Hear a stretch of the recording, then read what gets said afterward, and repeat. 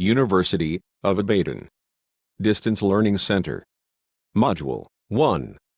The Nature of Politics. The module exposes the student to what political science is all about. The definition of political science. According to Aristotle, politics is the queen of sciences. According to David Easton, political science is the authoritative allocation of values for a society.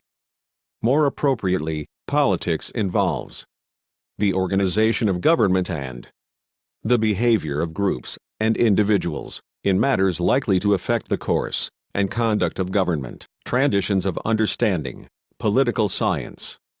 There are two major transitions into the understanding of political science. The traditions are the consensus management view of politics and the conflict view of politics. The consensus management view of politics. The arguments of the consensus management view of politics are: they feel scarcity leads to disagreement. The primary role of political science is reconcile conflict desires, consensus disagreement and agreement.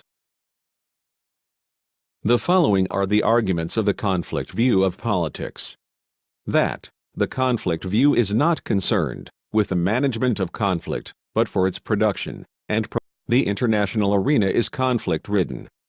It is wrong to assume that competing parties are evidences of disagreements. Conclusion.